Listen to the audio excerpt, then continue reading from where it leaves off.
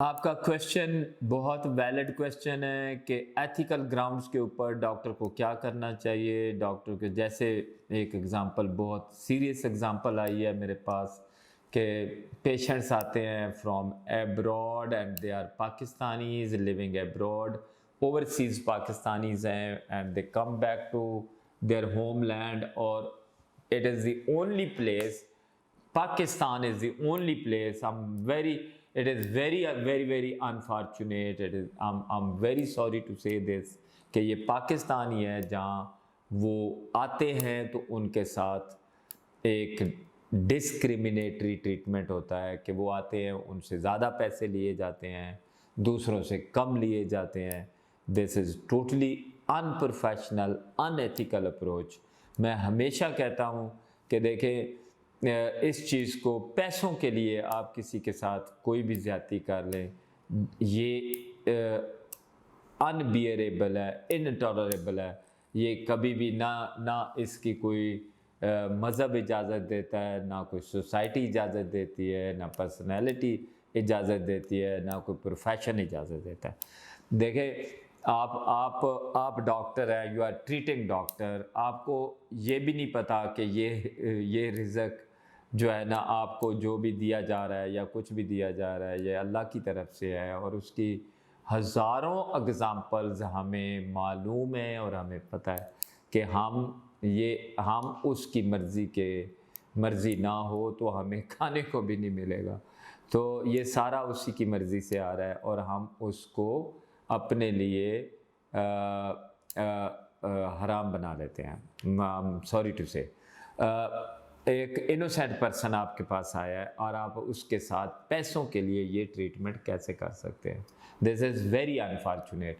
और वो मुझे कह रहे थे, the person came from Germany and he was so scared कि मैं ना, वो जूते भी और पहन के आए हैं आपके ऑफिस में एंड कपड़े भी और पहन के आए हैं, ड्रेस वो प्रॉपर नहीं कर सकते बिकॉज आप उससे पूछने लग जाएंगे। मुझे उस वक़्त बहुत शर्म आई जब मैंने उससे one boy of 29 came to me in my office, और वो हेयर फॉल हो रहा था उसको, हालांकि he was not needing a hair restoration surgery, उसको हेयर ट्रांसप्लांट की ज़रूरत नहीं थी।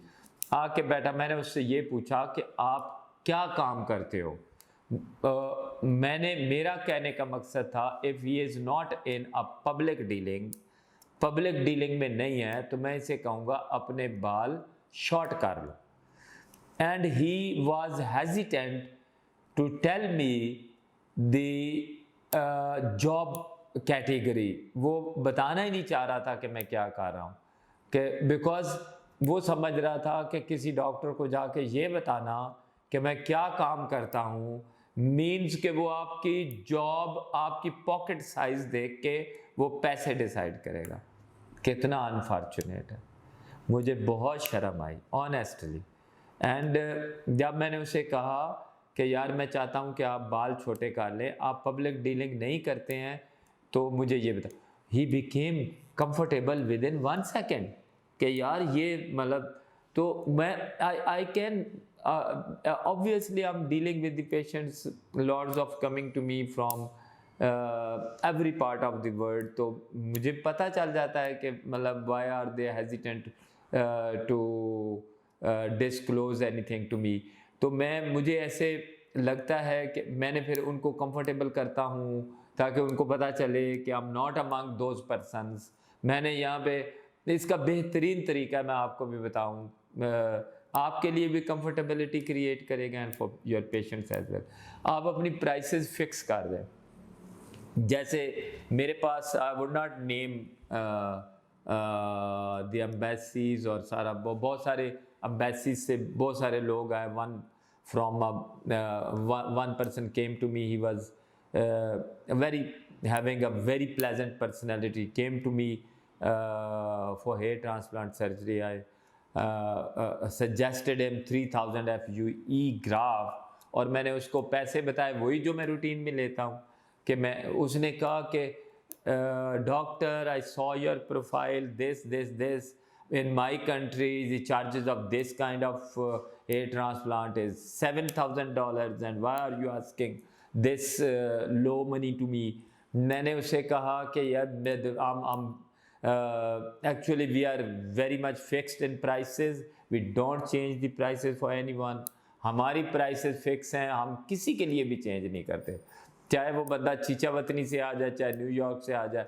अब मैं मिशिगन से आ जाए, मुझे नहीं उसके साथ कोई ऐसा ट्रीटमेंट करने की ज़रूरत। तो थिंग इज़ आप अपने लिए भी कंफर्टेबिलिटी क्रिएट करें, and for those people who are coming to you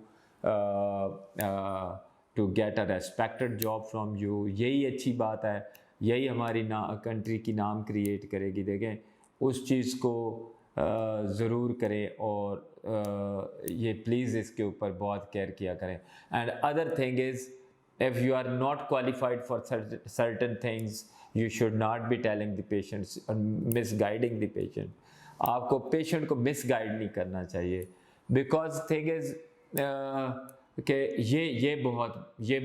ये अगेन डिसऑनेस्टी है टू द प्रोफेशन और सारी चीज़ों में जब आप किसी के लिए क्वालिफाइड। तीसरी बात, the prescribed job for the doctor must be done by the doctor. Doctor ने जो काम डॉक्टर का है वो डॉक्टर को करना चाहिए, जो नर्सों का काम है वो नर्सों को करना चाहिए, जो आप टेक्नीशियन को देते हैं वो टेक्नीशियन को करना चाहिए। मैं अपनी जॉब, अपना काम टेक्नीशियन को डेलीगेट नहीं कर सकता हूँ, और ये बात भी डिसऑनेस्टी में आती है। तो प्रोफेशनल एथिक्स ऐसे।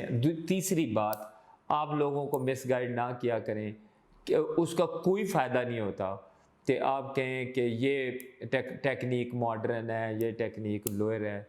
देखें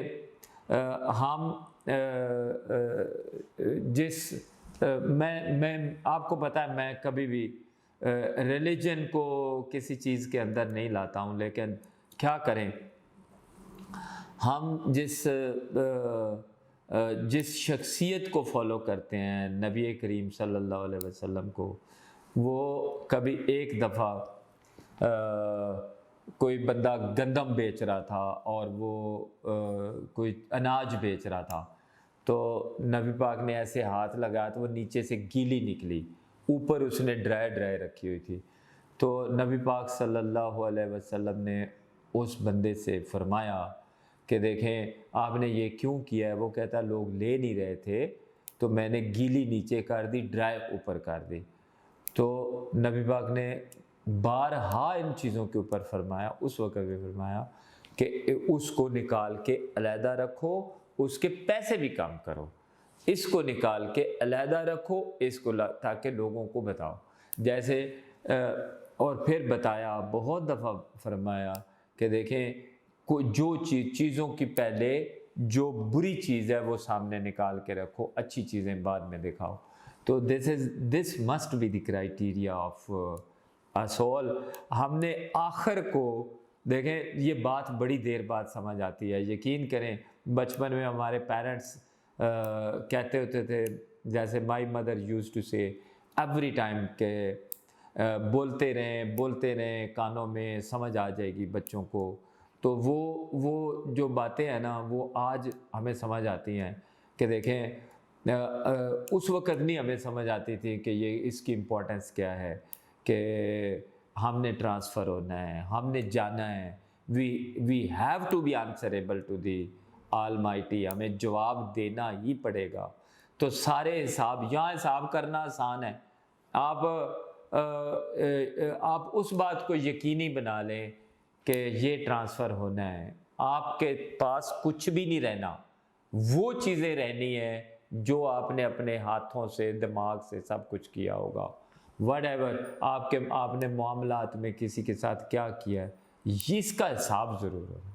तो हमें उन चीज़ों को भी अगर ज़हन में रखें तो भी हमारे प्रोफेशनल एथिक्स ये इजाज़त नहीं देते कि हम किसी मासूम आदमी को मिसलीड करें, मिसगाइड करें, और वो भी पैसे कमाने के लिए, जो आपके हैं ही नहीं, तो वो आपके किसी काम के नहीं है।